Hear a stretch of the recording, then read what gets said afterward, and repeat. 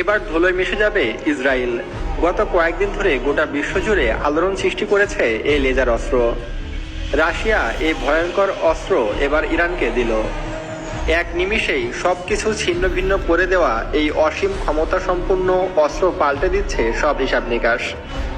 Laser অস্ত্রের এমন খবর যখন বিশ্ব মিডিয়ায়, তখন রীতিমতো ঘুম হারাম হয়ে গেছে ইসরায়েলের।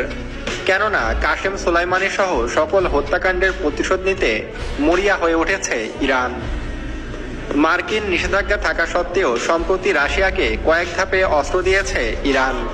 বিধ্বংসী ড্রোনের পর দীর্ঘ ও স্বল্প পাল্লার মিসাইল সরবরাহ করে রাশিয়ার পাশে দাঁড়িয়েছে ইরান। দুঃসময়ে রাশিয়াকে ছেড়ে যায়নি ইরান। তাই এবার বন্ধুর বিপদে ইরানের পাশে রয়েছে ভ্লাদিমির পুতিন। তাই তো যথাসময়ে ইসরায়েলকে ধুলোয় মিশিয়ে দিতে ইরানকে লেজার অস্ত্র দিয়েছে রাশিয়া।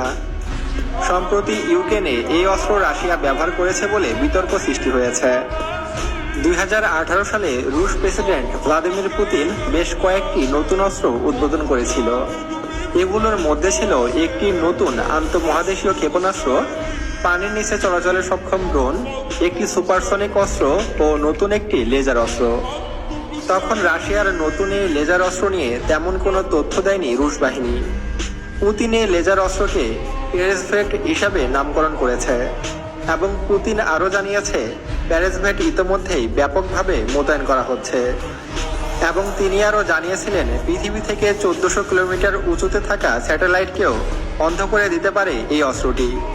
ভ্লাদিমির পুতিন আরও জানান তাদের কাছে এই পেরেসভেটের চেয়েও আরও উন্নত শক্তিশালী লেজার অস্ত্র রয়েছে, যেগুলো ড্রোন ও অন্যান্য সরঞ্জামকে মাঝ আকাশেই পুড়ে দিতে পারে। মাত্র 5 সেকেন্ডের মধ্যে 5 কিলোমিটার দূরে থাকা ড্রোন সহ যুদ্ধ বিমানকেও পুড়িয়ে ছাই করে দিতে সক্ষম এই লেজার অস্ত্র। কিন্তু কেন এই লেজার অস্ত্র নিয়ে এত আলোচনা? আর কি বা করতে পারে এই ভয়ঙ্কর লেজার অস্ত্রটি? এবং ইরান এই লেজার অস্ত্র হাতে পাওয়াতে কেন ইসরায়েল আতঙ্কে রয়েছে সে সম্পর্কেও জানবেন এই ভিডিওতে। তো চলুন শুরু করা যাক। বন্ধুরা, নতুন প্রজন্মের এই লেজার অস্ত্রকে নিয়ে